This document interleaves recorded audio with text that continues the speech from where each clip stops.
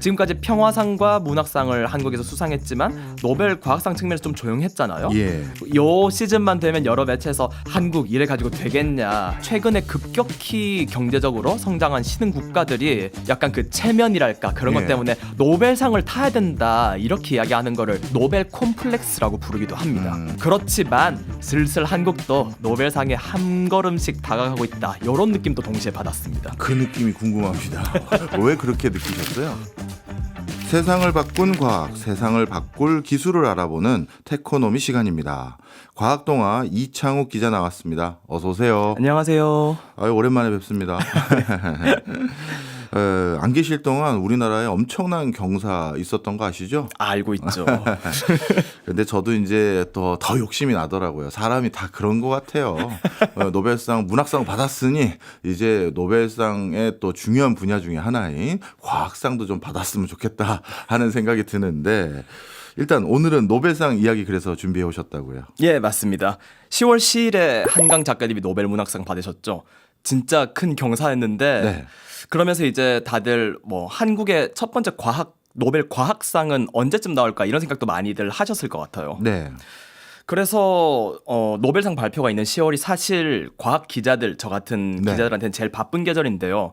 제가 강연 같은 데 가면 농담 반 진담 반으로 항상 얘기하는데 과학 기사가 1년 중 유일하게 스포트라이트를 받는 시간이 10월이다 이렇게 이야기를 합니다. 네. 그래서 올해는 10월 7일 월요일부터 생리의학상을 시작으로 물리학상, 화학상이 발표됐습니다.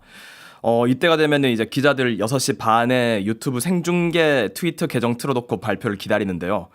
노벨상은 발표될 때마다 과학계의 이슈를 가지고 오는 것 같습니다. 올해도 여러 가지 이야기가 있었는데 오늘은 그래서 올해 노벨과학상을 수상한 3가지 업적을 알기 쉽게 소개드리면서 요 수상들을 둘러싼 이슈를 한 3가지 키워드로 정리해서 말씀드려볼까 합니다. 네. 좋습니다. 그럼 그 3가지 이슈 뭔가요?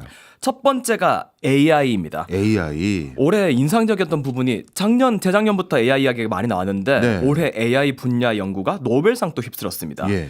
이번 노벨 물리학상과 화학상이 그런 연구라 볼 수 있겠는데 요거 수상과 관련해서 AI 연구가 노벨상을 받는 게 맞냐, 네. 합당하냐 이런 반응도 나왔습니다. 그래서 우선은 물리학상과 화학상 수상 연구 내용 알아보면서 AI란 키워드 살펴보겠습니다. 네. 두 번째 뭐예요? 두 번째 이슈 RNA입니다. 예. 올해 생물학상도 작년에 이어서 RNA 쪽 연구가 받았는데 DNA, 단백질 이런 표현은 많이 들어봤겠지만 RNA는 좀 생소하신 분들이 아직 있을 것 같아요. 예. RNA가 뭔지, 그래서 생물학상 연구 무엇에서 받았는지 알아보겠습니다. 네. 세 번째는요? 마지막 한국입니다. 아, 국뽕이 좀 들어갔네요. 국뽕이 들어갈지 아닐지는 봐야 알 것 같은데 예. 10여 년 가까운 기간 동안 제가 노벨상 수상 뉴스랑 보면서 예. 한국이 노벨상에 점점 가까이 다가간다 이런 느낌을 받았습니다. 예. 그래서 노벨상에서 한국이 어떤 위치에 와 있는지, 노벨 과학상에서 네. 이런 부분에 관해서 얘기하면서 오늘 이야기 마무리를 지어볼까 합니다. 아, 저는 세 번째부터 듣고 싶으나 순서에 맞춰서 첫 번째 AI. 앞서서 이제 AI가 이제 큰 이슈라고 말씀 주셨는데 그 과정에서 AI가 상을 받는 게 맞느냐 논란도 있었다고 해주셨어요. 그거부터 좀 얘기 좀 해주세요. 자, 이슈가 되었던 게 8일 있었던 노벨 물리학상입니다. 예.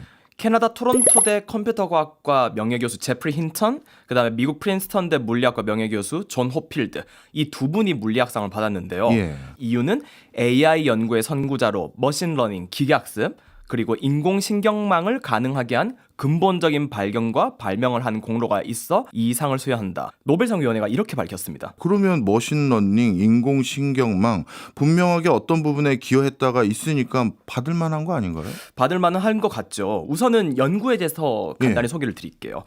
머신러닝, 인공신경망은 이제 이 개념은 많은 분들이 들어보거나 알고 계실 정도로 많이 퍼졌다고 생각을 합니다.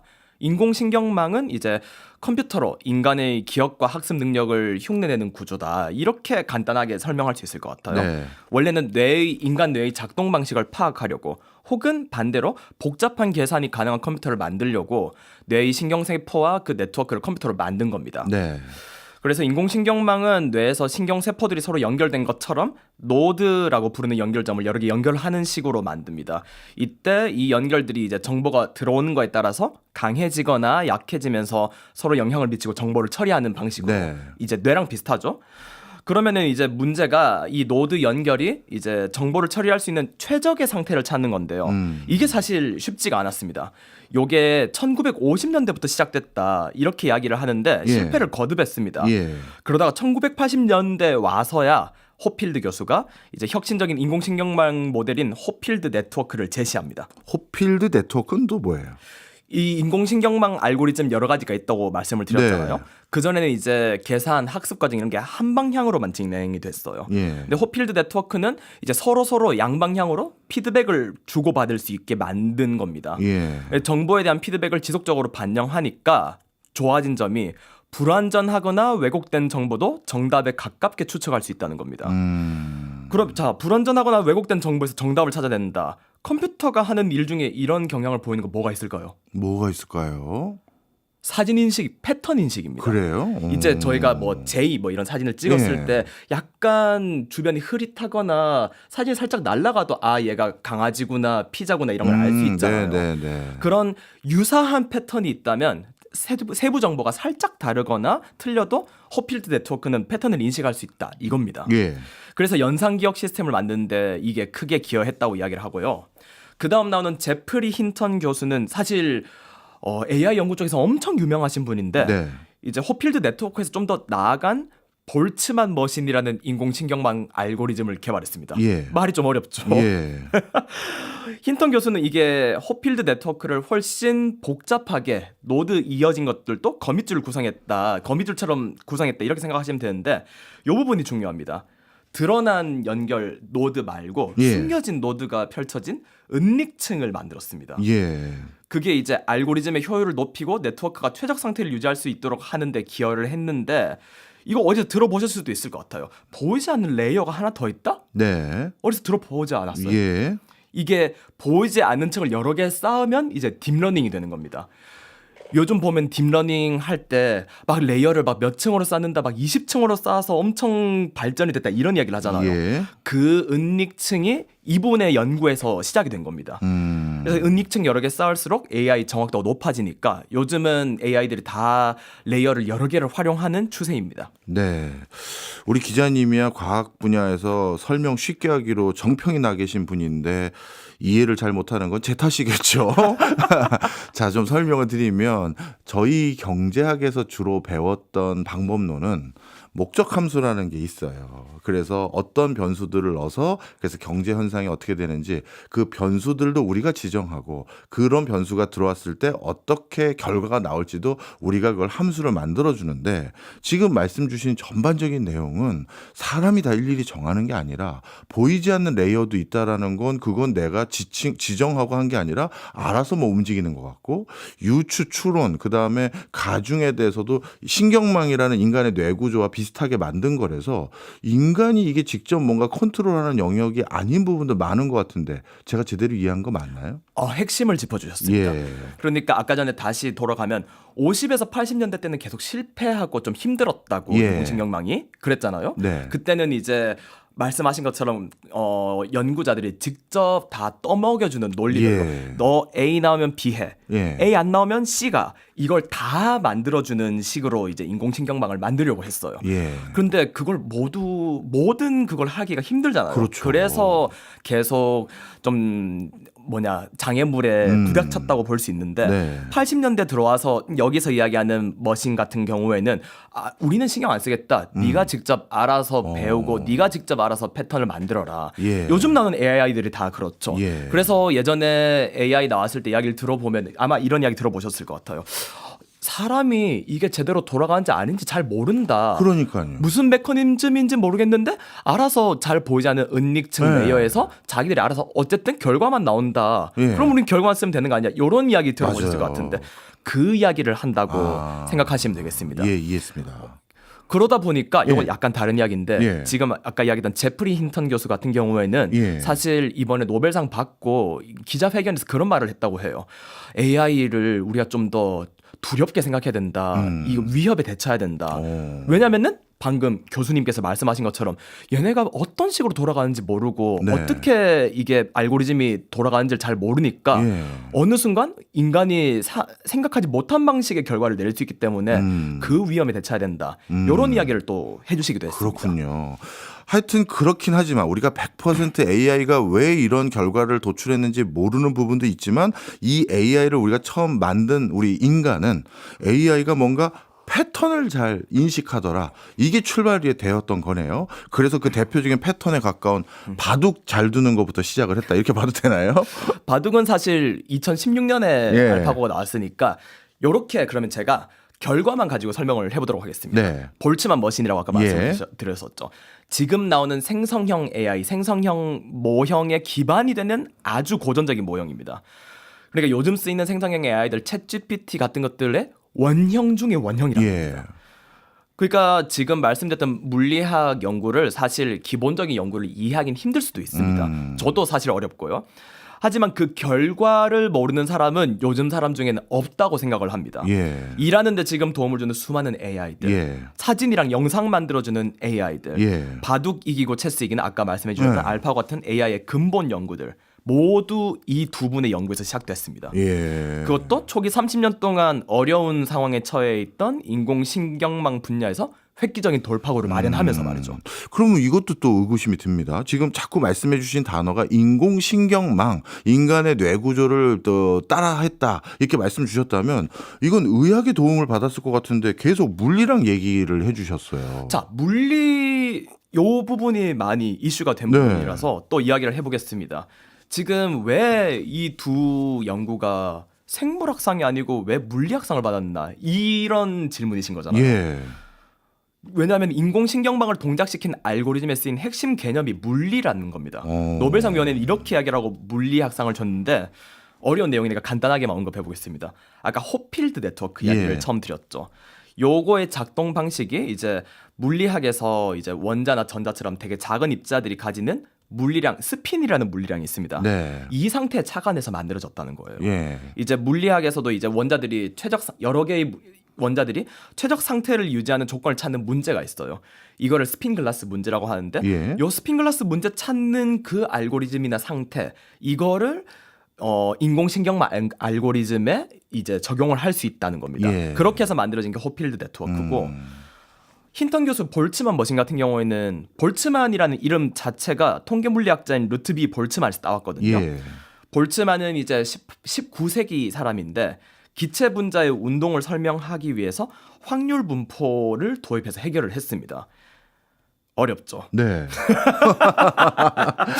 자, 풍선에 공기 분자가 담겨 있는데 예. 얘네의 뭐 운동을 어떻게 설명하냐? 공기 분자가 너무 많으니까 네. 하나하나를 다 계산할 수는 없죠. 그렇죠. 그러니까 빠른 분자가 몇 개 있고 적당한 속도의 분자가 몇 개 있고 느린 분자가 몇 개 있다. 이런 식의 확률 분포를 도입한 겁니다. 네. 그래서 이런 확률 분포 통계적 개념을 볼츠만 머신의 핵심 원리를 활용했다. 네. 그래서 볼츠만 이름을 따왔다. 이렇게 이야기를 합니다.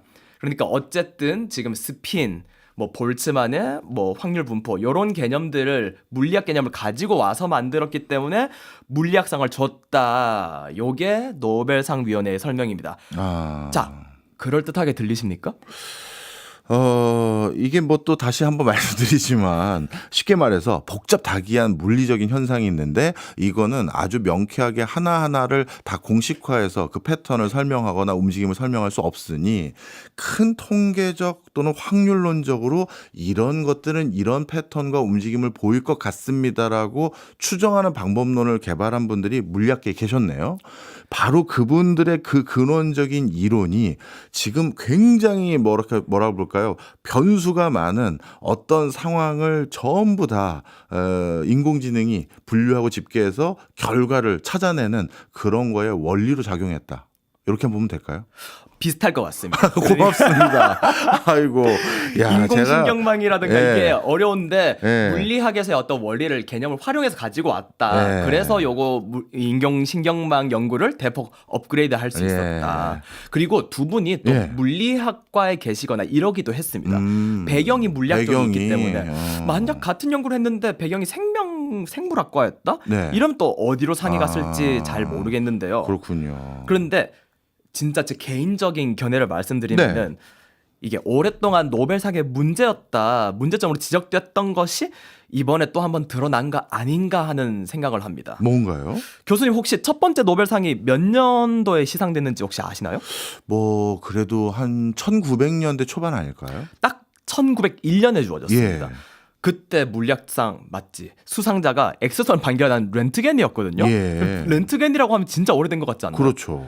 그러니까 지금 120년이 넘게 지났는데 예. 아직 노벨 과학상 분야는 그때 만들어진 물리학상, 생리학상, 화학상 그대로인 거예요. 카테고리 분류가 예전 거네요. 120년이 넘게 지났는데 예. 새로운 과학 분야가 엄청나게 생겼을 텐데 그렇죠, 그렇죠. 아직 AI 연구에 소요되면 딱 맞을 것 같은 노벨 뭐 컴퓨터 과학상이라든지 없네요. 이런 게 없는 겁니다. 아, 그렇군요. 당연히 1901년에 컴퓨터가 없었을 테니까요. 예. 그래서 생기는 문제 아닐까 합니다. 20세기 초에 이런 일도 있었거든요. 영국에 어니스트 러더퍼드라는 물리학자가 있었는데 네. 이 사람은 이제 물리학이 여러 과학 분야 중에 최고다 약간 이런 뽕이 있었나 봐요. 예. 그래서 이런 말을 했습니다. 물리학 외의 과학은 우표 수집에 불과하다. 왜냐면 뭐 생물학도 다 어떤 종을 다 수집하고 기록하고 화학도 원소 기록하고 그런 거 아니냐 이런 뜻인 것 같은데 예. 이 사람이 나중에 노벨상을 받습니다. 예. 무슨 상을 받았는지 아세요? 본인이 노벨 물리학상을 받았으니까 이렇게 자부심 있는 거 아닐까요? 화학상을 받았어요? 화학상을 받았습니다. 예. 왜 원소의 방사능 붕괴를 통해서 1908년에 노벨 화학상을 받았다고 이야기하는데 웃기죠. 예. 물리학이 최고로 그렇게 이야기했는데 자기는 화학상을 받았으니까. 그래서 사실 20세기 초부터 물리학과 화학의 경계가 흔들리는 경우가 많았다는 겁니다. 이제 핵분열 같은 연구 분야도 이제 물리학과 화학의 경계에 있기 때문에 물리학상 같아 보이는데 화학상이 주기도 하고 화학상 마땅히 받아야 될 사람인데 못 주기도 하고 막 이런 네. 경우가 많았습니다. 그래서 저같이 속이 좀 빙빙 꼬인 사람들은 이제 AI한테 상을 주긴 줘야 될 것 같은데 너무 잘하니까 딱 맞는 분야가 없네? 어떡하지? 고민하다가 물리학상 준 거 아닌가? 차라리 노벨 컴퓨터 과학상을 만들면 어떨까? 이런 생각이 듭니다. 네. 여튼 AI 연구는 지금 과학계에도 되게 큰 영향을 미치고 있기 때문에 중요한 건 맞는 것 같아요. 예. 지금 다른 과학 분야의 방법론으로 많이 쓰이거든요. 예. 방법론 연구를 노벨상이 많이 주는 편인데 이제 뭐 셀은 유럽 원자핵 공동 연구소에서 힉스 입자 발견할 때도 예. 그다음에 2015년 16년이었나 중력파 발견했을 때도 예, 이제 AI가 사용됐고요. 그래서 그런 점도 노벨 물리학상에 AI가 받은 이유 이걸로 감안해 볼 만할 것 같습니다. 예. 근데 이번에 물리학상 말고도 노벨상 받은 AI 연구가 또 있죠. 무슨 상일까요? 상인가요? 제가 몰랐어요. 화학인가요? 화학상입니다. 물리학상이 AI의 기반이 되는 연구에 주어졌다면 화학상은 AI가 실제로 활용된 연구에 주어졌다고 볼 수 있을 것 같아요. 예. 바로 단백질 구조 분야인데요. 음. 올해 화학상은 절반은 새로운 단백질을 설계하고 만드는 연구를 한 데이비드 베이커, 미국 워싱턴대 교수가 받았습니다. 나머지 반은 2명이 나눠 가졌거든요. 네. 4분의 1씩 나눠 가진 건데 예. 바로 단백질 구조 예측 프로그램 알파폴드를 만든 구글 딥마인드의 데미스 허사비스 최고 경영자와 예. 존 점퍼 수석 연구원입니다. 이 구글 딥마인드, 이 바둑 잘 뒀던 그 알파고 만든 그곳이잖아요. 혹시 알파고 만든 곳이니까 그 바둑 말고 이게 여기에도 활용된 거 맞나요? 그렇게 생각하실 수 있습니다. 예. 다들 여기는 많이 들어보셨을 것 같은데 구글 딥마인드 2010년에 데미스 허사비스가 만든 AI 연구 기업이고 네. 그다음 구글의 알파벳 거기 넘어갔죠. 예. 2016년에 이제 AI 알파고 발표해서 이세돌 9단이랑 대결 벌였을 때 엄청 유명해졌죠. 그렇죠. 그 이후로도 계속 게임 AI 많이 만들었거든요. 네. 스타크래프트도 비롯해서 막 여러 가지 게임에 AI 기술 적용했는데 그때만 해도 AI 그래서 뭐에 쓰냐 게임만 하냐 이렇게 의문 가지셨던 예. 분들이 많았던 걸로 기억해요. 그런데 말씀 주신 것처럼 게임 이후로 발표한 프로그램 중에 가장 관심을 받았던 게 요 단백질 구조 예측을 하는 알파폴드였습니다. 네. 제가 이것도 좀 잘 몰라서요. 단백질 구조를 예측하는 게 이렇게 중요한 겁니까? 노벨상을 줄 만큼요? 그렇습니다. 전 그렇다고 오. 생각합니다. 우선 단백질은 우리 몸을 구성하는 가장 중요한 물질 중 하나입니다. 그렇죠. 근육처럼 이제 생명의 구성 성분이 있고 이제 세포 안에서 일어나는 화학 반응을 조절하는 효소를 만드는 등 몸의 대부분을 구성하고 일도 담당하는 그런 물질이에요. 네. 근데 몸에는 엄청나게 많은 단백질이 있거든요. 이 단백질의 화학 구조를 알아야지 단백질이 하는 일을 파악할 수 있습니다. 구조를 파악하면 얘 기능이 뭐다. 얘가 병의 원인이다. 혹은 얘를 약으로 쓸 수 있다. 이런 추측을 할 수 있거든요. 네. 그러면 고도화된 인공지능 기술이 있어야 될 정도로 단백질 구조를 예측하거나 우리가 알아내는 게 어렵다는 얘기인가요? 그렇죠. 단백질에 대해 구조에 대해서 참 간단하게 설명드릴게요. 단백질은 20가지 아미노산 분자가 차례로 연결돼서 만들어집니다. 네. 뭐 아미노산 뭐 20개가 이제 단백질을 이루는 레고 블록이라 보시면 될 것 예. 같아요. 이제 뭐 글리신, 알라닌, 발린, 이소류신 뭐 많거든요. 저 생명과학과 나왔는데 학부 때 생화학 수업 들으라고 하면 이거 다 외우라고. 아직도 덜 외웠습니다. 예. 여튼 요 20가지 아미노산들마다 화학적 성질이 다릅니다. 어떤 거는 부피, 덩치가 크고 어떤 건 작고 어떤 건 전하가 있고 없고 이렇습니다. 예.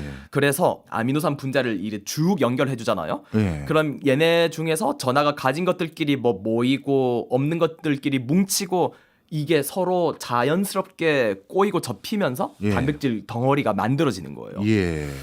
근데 이 순서로 만들어진 아미노산 사슬이 이제 어떻게 접힐지를 모릅니다. 음. 왜냐하면 이게 경우의 수가 너무 많거든요. 예. 아미노산 순서 자체는 이제 DNA에 적혀 있거든요. 예. 그래서 어떤 순서로 나올지는 알 수 있어요. 이게 어떻게 3차원으로 접힐지는 모릅니다.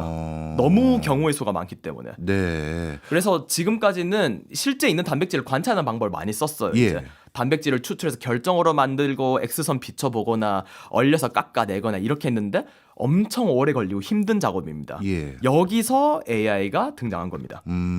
알겠습니다. 저도 고해성사 하나 하면요. 저희가 대학원 시절에 아르바이트로 우리 이창욱 기자님이 재직하고 계신 과학동아의 경쟁사라고 해야 되나? 사이언스 타임즈라고 있어요. 거기에 객원 기자를 한 적이 있습니다. 아. 그때 힉스 입자에 대해서 우리나라 물리학자분들께 인터뷰를 하러 간 적이 있었는데 그때도 제가 느꼈지만 물리학은 진짜 천재들의 학문이다 확실히 느꼈어요. 그래서 학교에서도 물리학 백그라운드를 가진 교수님 지나가면 슬쩍 만져보고 그러는데 그래서 물리는 어렵겠지 했는데 말씀 듣다 보니까 이 화학도 만만치가 않네요. 마저 설명 좀 들어보겠습니다. 알파폴드. 그래서 이 알파폴드는 이런 복잡한 구조를 가진 단백질 구조 어떻게 예측한 거예요? 자, 어떻게 예측했을까? 피에 들어있는 산소 운반 단백질인 헤모글로빈을 예로 들어보겠습니다. 예. 이제 같은 헤모글로빈이라고 할지라도 사람한테 들어있는 헤모글로빈, 닭이나 곰한테 들어있는 헤모글로빈은 조금씩 아미노산 서열의 차이가 나거든요. 예. 이제 진화를 하면서 돌연변이를 겪었을 테니까요. 근데 헤모글로빈 단백질의 본분이 뭡니까? 바로 피를 산소를 예. 전달하는 거잖아요. 그러니까 그 일을 하는 핵심적인 아미노산 서열은 비슷한 거예요. 자, 그러면 알파폴드는 이제 여러 동물의 같은 단백질 서열을 비교합니다. 예. 사람, 닭, 곰, 헤모글로빈 비교하다 보면은 계속 비슷하게 남아있는 산소 운반하는 부분이 있겠죠. 예. 그 부분을 토대로 해서 딱 고정시켜 놓고 아미노산 사슬을 접어 보면은 예. 이제 접히는 겁니다. 그러면 다른 처음 보는 단백질이라도 비슷한 서열이 남아 있구나. 예. 그럼 그걸 토대로 헤모글로빈과 비슷하게 접어 보거나 하면은 구조를 쉽게 예측할 수 있다. 이렇게 이야기를 합니다. 예. 그럴듯하네요. 다른 어떤 유사한 사례들을 넣어주고 그걸로 어떻게 보면 구조가 될 수 있는 법한 것들을 스스로 해보도록 하는 그런 방법을 했다라는 의미로 들리는데 성능은 좋았나요? 진짜 충격이었습니다. 오. 단백질 구조 연구자 이것도 재밌는데 구조 연구자들이 2년마다 올림픽을 합니다. 네. 이제 CASP라고 단백질 구조 예측 대회를 하거든요. 그런 게 있어요? 예. 2016년까지만 해도 우선권 팀들의 예측 수준이 한 100점 만점에 40점 정도였습니다. 예. 근데 2018년에 알파폴드가 첫 출전을 해서 60점을 기록하면서 우승을 한 거예요. 한 20점이 확 늘어났죠. 네. 그리고 2020년 개최된 CASP 14에서 알파폴드 2가 나와서 평균 92.4점으로 1위를 차지합니다. 와. 제가 처음 알파폴드 취재했던 게 이때였는데 예. 알파폴드 쇼크라고 할 정도로 단백질 연구자 쪽에선 큰 이슈였습니다. 예. 올해 5월에는 알파폴드 3가 나왔고 노벨상 위원회는 지금 알파폴드가 항생제 내성 연구나 플라스틱 분해 효소 개발 등 다양한 단백질 쪽 연구에 쓰이고 있다. 이렇게 밝혔습니다. 아, 그렇군요. 진짜 AI를 이제 어떻게 활용하느냐가 단기간에 과학적으로 놀라운 성과를 낼 수 있는지 없는지 하는 경지까지 왔다라는 생각이 막 드는데 그런데 노벨 물리학상, 노벨 화학상 다 AI가 휩쓸었는데 노벨 과학상 중에는 상이 하나 더 있잖아요. 그렇죠. 생리학상 있죠. 예. 거기는 어떻습니까? 자, 이게 사실 가장 첫날 발표된 건데 네. 제 생각에 방송 들으시는 분들께서 이제 물리학 화학상으로 머리 복잡하실 것 같은데 네. 생리의학상 내용까지 들으면 진짜 힘드실 것 같거든요. 예. 간단하게 가보겠습니다. 네. 생리의학상 수상 연구 주제 RNA입니다. 작년에도 코로나19 mRNA 백신으로 이제 RNA 쪽이 노벨상을 받았는데 2년 연속으로 RNA 연구 받았구나. 저 이렇게 생각을 했습니다. 네. 요 RNA가 두 번째 키워드입니다. 이 mRNA, 뭐 메신저 RNA라고 해서 예전에 코로나 때 슬쩍 들은 기억이 있는데 다시 한번 개념 좀 설명해 주세요. 알겠습니다. 자, 아까 화학상 설명할 때 온몸의 구성 성분이 뭐였다고 제가 말씀드렸었죠? 단백질입니다. 단백질이죠. 네. 그럼 이것도 말씀드렸나 싶은데 단백질을 만들어라 하는 정보, 그 설계도를 가지고 있는 물질은 뭘까요? 이 정도는 압니다. DNA. 그렇죠. DNA죠. 자, 그러면은 DNA의 정보를 베껴서 단백질을 만들 텐데 예. DNA 정보를 바로 베껴서 단백질을 만드는 건 아닙니다. 도서관을 갔는데 저희가 네. 도서관에 책을 열람할 수 있는데 너무 귀중한 책이라서 대출은 안 됩니다 이러는 거예요. 예. 그러면 어떻게 하시죠? 뭐 복사라도 해야 될 거 아니에요? 그쵸. 네. 복사를 합니다. 예. 생물도. 진핵생물의 DNA는 핵에 들어있는데 이 정보를 이용해서 세포질에서 단백질을 만들려면 DNA 정보를 복사를 해야 합니다. 예. 요 복사하는 프린트 역할을 하는 게 RNA입니다. DNA에서 RNA를 살짝 베껴와서 필요한 부분만 베껴서 바깥으로 빼서 이제 단백질을 만든 거죠. 이때 이 역할을 하는 RNA를 메신저 RNA, 방금 말씀하셨던 것처럼 줄여서 mRNA라 부릅니다. 이제 많은 청취자분들이 RNA 뭔지 아실 것 같아요. 단백질을 복제하는 데 필요한 일종의 복사기 역할을 하는 것이다. 이렇게 비유적으로 이해하면 쉬울 것 같은데 그럼 이번 노벨상 연구 내용은 이 RNA와 관련된 뭐에 받은 겁니까? 작년에 백신 받았던 건 mRNA 백신이었잖아요. 예. 그런데 이번에는 마이크로 RNA가 받았습니다. 줄여서 mRNA라고 합니다. 이거 예. mRNA라고 쓰면 큰일 납니다. 다른 거군요. 예, 미국 하버드대 의대 게리 러브컨 교수, 미국 매사추세츠 의대 빅터 엠브로스 교수가 공동 수상했습니다. 그러면 이 마이크로 RNA라고 불리우는 이 복사기는 또 뭐가 다른 거예요? 복사기가 사실 아닙니다. 예. 복사를 방해하는 거에 가깝습니다. 방해하는. 아까 RNA가 제가 단백질 정보 전달한다고 말씀드렸잖아요. 네. 근데 학자들이 이제 RNA 세포에서 RNA를 다 추출해서 끌고 보니까 mRNA의 비율이 1에서 2%밖에 안 되는 거예요. 예. 그럼 98에서 99%의 RNA는 무슨 일을 하느냐? 이게 문제가 된 겁니다. 네. 근데 생각해보면 아무 하는 일도 없이 만들지는 않았겠죠. 이번에 받았던 러브컨 엠브로스 두 교수가 사실 연구실에서 같이 박사 후 연구원 지냈던 동료였는데 이 사람들이 한 22개 정도의 엄청 작은 RNA를 봤는데 이게 유전자의 발현을 조절한다. 이 네. 사실을 발견했습니다. 그 유전자의 발현 이건 또 뭔가요? 넘어도 산이 있네. 시청자분들께 죄송한데 아닙니다. 재밌어요 그래도. 예. 헤모글로빈 유전자 아까 이야기했으니까 예로 들어볼게요. 헤모글로빈 유전자에서 정보가 나와서 네. 헤모글로빈 단백질이 만들어지겠죠. 예. 요 과정을 발현이라고 부릅니다. 예. 그런데 발현 과정을 조절하는 메커니즘은 엄청 많습니다. DNA에다가 아예 단백질 하나 끼워가지고 이제 RNA가 못 만들어지게 한다든가 이런 것도 있고요. 근데 이번에 상을 받은 두 명이 발견한 건 마이크로 RNA가 이 발현 과정 중간에 끼어들어서 단백질을 못 만들도록 방해한다는 거였습니다. 네. 이게 다른 뭐 DNA나 단백질 쪽에서는 발현 조절이 발견된 적이 있는데 네. RNA에서는 거의 처음으로 발견된 거였어요. 심지어는 인간 말고 다양한 동물에서도 이 현상이 나타난다. 요거까지 발견을 했습니다.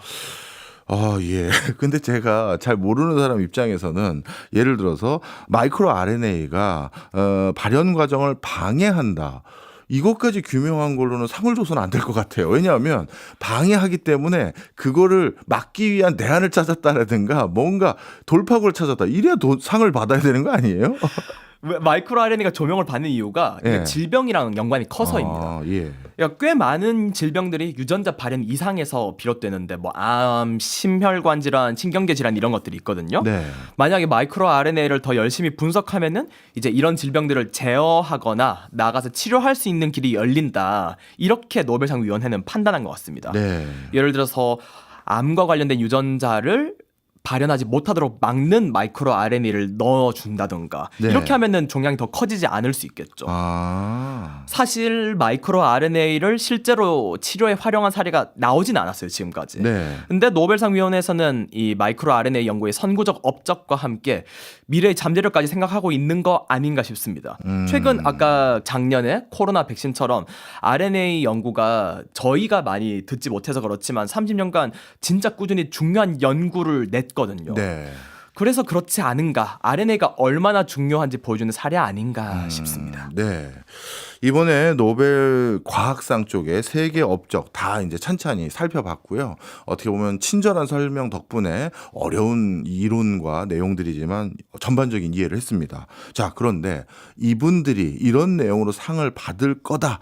나름대로 예측된 분야의 예측된 인물들이었나요? 왜냐하면 특정 분야는 너무 제가 노벨상 수상자들의 그동안의 전형, 나이 지긋한 원로 학자들의 모습이 아니라 되게 젊어 보였거든요. 뭐 과학동화 편집 등 예. 포함해서 과학 기자들이 다 이제 예측을 해봅니다. 그래야지 기사 쓰기도 더 쉬울 거고 이제 또 이제 내가 좋아하는 과학자 받으면 좋겠다 하는 응원의 마음도 있죠. 예.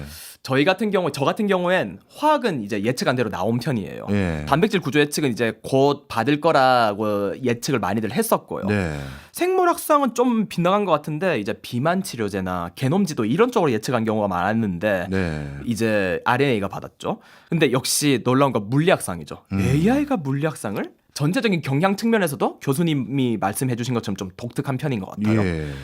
사실 국제학술지 네이처가 노벨상 발표 직전에 예측 기사를 하나 냈었어요. 예. 역대 수상자 646명을 다 분석했는데 결과가 최근에 여성 수상자가 늘고 있다. 핵심 연구 발표 후에 한 30년은 기다려야 상을 받는다. 이런 식의 예측을 했어요. 네. 근데 이번에 다 뒤집혔죠. 그렇네요. 여성 수상자가 안 계셨고요. 물리학상의 허필드 교수는 이제 연구 발표 42년 만에 받으셨는데 예. 알파폴드 2명은 이제 알파폴드 2 발표한 후 4년 만에 받았거든요. 아까 2022년이라고 하셨으니까. 예. 그러니까 아무래도 올해 2024년 노벨 과학상 꽤나 예외적인 해가 아닐까 싶습니다. 네. 방송 시작하면서 저한테 세 가지 키워드로 이번 노벨상에 대해서 설명해 주시겠다 하셨어요. 하나가 AI, 그리고 또 하나가 RNA. 요 두 가지 이제 제대로 머리 지끈지끈했지만 배웠고요. 마지막이 제일 궁금했습니다. 한국이란 키워드를 아주 가슴 뜨뜻하게 주셨거든요. 우리나라도 그럼 곧 노벨 과학상 받는다는 그런 의미신가요? 뭐 우선은 이번에 한강 작가님이 문학상 받으셨으니까 좀 기다려도 괜찮은 거 아닐까? 전 욕심이 많습니다. 농담이고요. 한국과 노벨 과학상에 관해서 이제 개인적인 소감을 좀 정리해 보도록 하겠습니다. 예. 지금까지 평화상과 문학상을 한국에서 수상했지만 노벨 과학상 측면에서 좀 조용했잖아요. 예. 그래서 저도 기억을 하는데 요 시즌만 되면 여러 매체에서 한국 이래 가지고 되겠냐, 옆나라 일본 돌아보자, 네. R&D 예산 어쩌고 저쩌고 그렇죠. 이런 이야기 많이 나왔었죠. 기억하시죠? 그럼요. 매번 나오는 얘기죠. 일본은 벌써 많이 받았잖아요.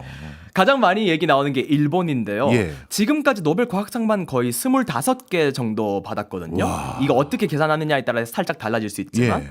자, 이제 또 라이벌 의식 있는 옆나라니까 일본과 비교도 많이 합니다. 예. 그런데 제가 이 점은 모르시는 분들이 많을 것 같아요. 교수님, 혹시 일본 과학자가 처음으로 노벨상 후보로 선정된 게 몇 년도일 것 같습니까? 이거 제가 슬쩍 본 게 있어요. 흑백 사진으로 예전에 우리 일제 강점기 때 분위기 나는 사진 본 거 있습니다. 예. 맞나요? 더 일찍입니다. 더 일찍이에요? 답은 1901년입니다. 이야. 그러니까 노벨상이 처음 수여됐던 그 해에 이미 노벨상 후보로 추천을 받은 거예요. 그 원년의 일본인 학자가 후보로. 생리의학상 후보자로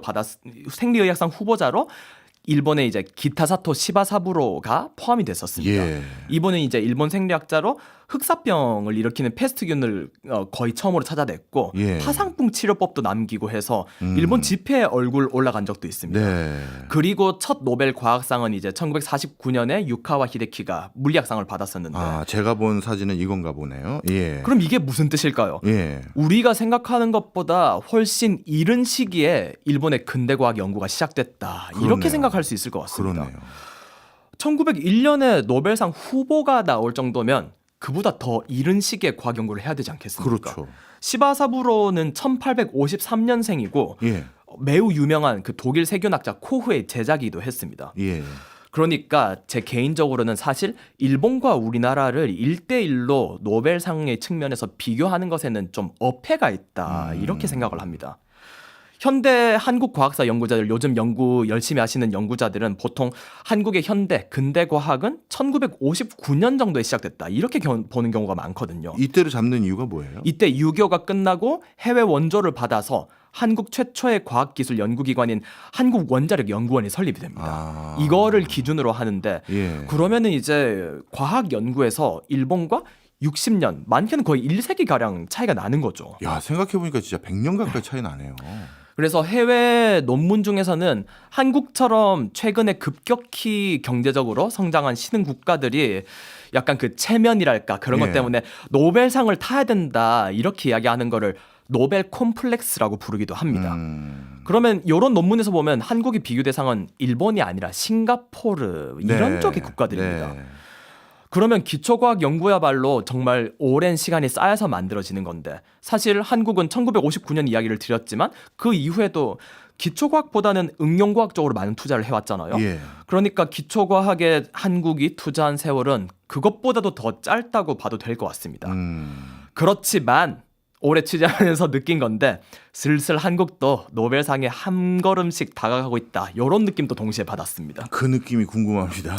왜 그렇게 느끼셨어요? 왜냐면은 제가 한 10여 년 정도를 봐왔다고 말씀을 드렸잖아요. 예. 10몇 년 전, 20몇 년 전만 해도 이제 진짜 특수한 몇몇 사례 빼고는 예. 노벨상 받는 연구가 한국에서 진행됐던 연구와 정말 좀 동떨어져 있다. 이렇게 느꼈었어요. 예. 그런데 최근으로 오면 올수록 이제 수상 연구 분야에 한국인이 핵심적으로 참여하거나 아니면 수상이 기대되는 분야에서 한국인이 주요 인물로 언급되는 경우가 종종 더 생기고 있습니다. 아, 우리가 흔히 논문 한번 보면 공저자들 리스트 한 두세 명씩 있고 그런데 그 중에 한두 분이 한국인 이름이 있는 거예요?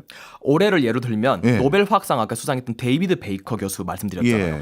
핵심 연구에 서울대 백민경 생명과학부 교수가 제1저자로 들어갔습니다. 1저자로. 예, 그래서 저희 과학동아에서 인터뷰도 하고 그랬었거든요. 예. 생리학상 RNA 연구 한국의 이제 김빈내리 서울대 생명과학부 교수 이제 엄청 훌륭한 RNA 연구자로 세계적으로 명성을 떨치고 있거든요. 예. 이런 식으로 점점 가까워지고 있다. 이런 이야기를 많이 하고 있습니다. 야, 예전에는 이거 뭐 격차가 너무 심한 거 아니냐. 국가에서 기초 연구는 아예 지원도 안 해주니까 이런 격차가 생기지 않느냐 이랬는데 이제는 어느 순간 턱밑까지 와 있네 이런 생각도 들고 아까 1저자라고 하셨으니까 그럼 이런 연구를 주도하고 있네 이런 생각마저 드는데요. 맞습니다. 주도를 할 뿐만 아니라 이제 새롭게 이제 몇 년이 지나서 중요한 노벨상을 곧 받을 수 있겠다. 이런 생각이 드는 분야에서 네. 한국인들이 한 명 한 명씩 보이는 거죠. 예. 왜냐? 이제 수십 년간 연구했던 게 쌓인 결과가 드러나는 거다. 그렇군요. 저는 이렇게 생각을 합니다. 그러면 과학 전문 기자로서 노벨상 취재도 이번에 심층적으로 하셨고 우리나라에서 노벨 과학 분야에서 수상자가 나오는 데는 앞으로 어느 정도 기간 좀 안에를 예상하시나요? 저는 사실 좀 부정적인 편입니다. 뭐예요? 이제 와서. 한 10년 정도는 걸리지 않을까 10년. 생각을 하는데 제 동료들은 5년 이전에도 받을 수 있지 않을까 이런 이야기를 하고 있습니다. 네. 그래서 종합해 보면 한 다음 5에서 10년 사이에는 한국의 과학상 수상 기대해봐도 되지 않을까 생각을 해봅니다. 네. 사실 뭐 노벨 과학상이란 자체가 어떻게 보면 뭐 그게 개인의 영광이기도 하지만 뭐 나름대로 국가가 뭔가 그래도 우리도 어느 정도 수준까지 올라온 체계를 가진 국가다 이런 걸 반증하는 느낌이 저는 있었어요. 그래서 노벨 과학상도 어서 받았으면 좋겠는데 이 노벨 과학상 이게 어떤 의미를 좀 가지고 있을까요?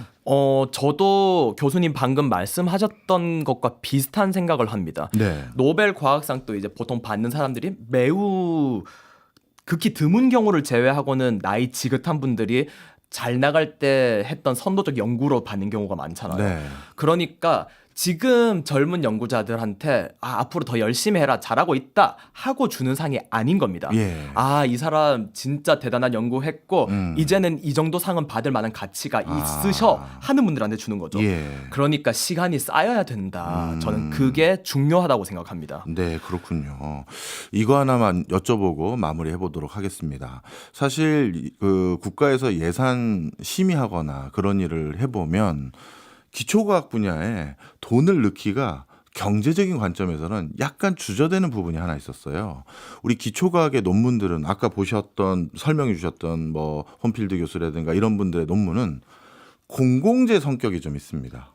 발표를 하면 이게 원리이기 때문에 엄청난 예산을 들여서 어느 국가가 이런 연구자들을 지원해 줬어요. 그럼 그 연구 성과는 오픈소스처럼 누구나 보고 그걸 바탕으로 활용할 수 있는 일종의 원리에 해당되는 개념에 해당되는 것들이 참 많았거든요. 그렇다면 우리나라는 미국이나 뭐 다른 나라에 비해서 예산이 한정된데 그런 상황에서 기초연구까지 투자할 게 지금 합당하냐. 반도체, 원자력 뭐 어마어마하게 지금 돈 들어갈 때 천지고 복지도 해야 되고 뭐 하는데 그래서 그거는 정말 리딩 국가들이 일부 하고 그게 나오면 우리는 빨리 그걸 응용해서 돈 되는 것도 하고 수출도 하자. 이런 논조가 사실 많이 있거든요. 기자님 생각하기에 이 논조에 대해서는 뭐라고 평가하고 싶으십니까? 자, 여기서도 이제 제 개인적인 예. 사견을 말씀드리자면은 얘기해 주셨던 것처럼 우리나라가 이제 패스트 팔로워 형식으로 예. 이제 응용 연구에 집중하면서 많이 따라왔죠. 네. 근데 최근 들어서는 이제 과학계에서나 이런 견해가 많습니다. 따라올 만큼 따라왔다. 이제 우리도 체급이 바뀌었다. 네. 기초 연구도 좀 해야 된다. 이런 이야기들이 있고요. 그러니까 기초 연구를 아무리 이제 응용 연구를 따라가도 기초 연구를 하지 않으면 한계가 명확하다는 거죠. 예. 그 다음에 기초 연구 같은 경우에 사실 눈앞이 잘 안 보이는 연구들이죠. 그렇죠. 이게 대박이 날 수도 있지만 잘 뭐 별로가 안 날 수도 있고 예. 그리고 어떤 엄청 큰 연구가 터졌다고 해도 사실 아까 얘기해 주셨던 것처럼 지적 재산권을 풀어버린다거나 예. 제가 올해 6월에 그 아까 이야기했던 유럽의 세른 갔다 예. 왔었는데 월드 와이드 웹 WWW이 거기서 탄생을 했습니다. 어. 근데 거기서 WWW를 만들었던 연구자들과 세른 내부에서 치열한 논의 끝에 그냥 로열티 없이 풀었어요. 예. 그러면은 결과가 뭐냐? 그 기술이 풀렸기 때문에 90년대, 2000년대 인터넷이 엄청나게 보급되고 그 실리콘밸리의 어떤 산업들이 테크 산업들이 새롭게 생길 수 있었다. 그렇죠. 뭐 풀지 않으면은 사실 뭐 지적재산권이나 이런 데서 우리가 돈을 더 벌 수는 있겠지만 예. 길게 생각하면은 마켓 자체를 크게 키운다는 의미에서 전혀 그걸 풀어도 네. 특허를 풀어도 남는 장사가 맞다. 저는 이렇게 생각을 합니다. 근데 여기서 중요한 거는 특허를 풀고 가만히 있으면 안 되겠죠. 예. 꾸준히 그쪽 인터넷이라든가 기반 후속 기술에 연구. 후속 연구와 그 펀딩을 지원을 해줘야지 네. 이제 실제로 WWW이 풀리고 커졌을 때 네. 한국도 한 자리 큰 목소리를 내거나 큰 한 파이의 한 부분을 차지할 수 있지 않을까 싶습니다. 네. 결론적으로는 기초 연구 한국도 이제는 투자해야 할 때가 된다. 됐다. 선진국이니까 네. 이제 그렇게 생각을 합니다. 맞습니다. 말씀 듣고 보니까 진짜 기초과학에도 우리가 진짜 충분한 어떤 지원과 투자가 이루어져야 되긴 할 상황이 돼버렸네요. 그러니까 마지막으로 말씀드리면은 예. 이제 기초과학을 해야 되는 상황이 됐고 그렇다면은 노벨 과학상 수상 하면 물론 좋지만 안달복달할 필요는 없다. 그렇네요. 이렇게 기초과학을 하면은 자연스레 결과로 따라올 것이다. 이게 저의 이번 2024년 노벨상 리뷰입니다. 기초과학 연구자들 믿고 응원해 주면 그 결과로 곧 노벨상 볼 수 있지 않을까. 이렇게 생각합니다. 알겠습니다. 너무 조바심 내지 않고 우리가 멀지 않았다는 믿음 아래 다음번 또 희소식을 기다려 보도록 하겠습니다. 오늘 정말 어려운 내용인데 그래도 감이 잡히게끔 해주셔서 다시 한번 감사드립니다. 과학동화의 이창욱 기자였습니다. 고맙습니다. 고맙습니다.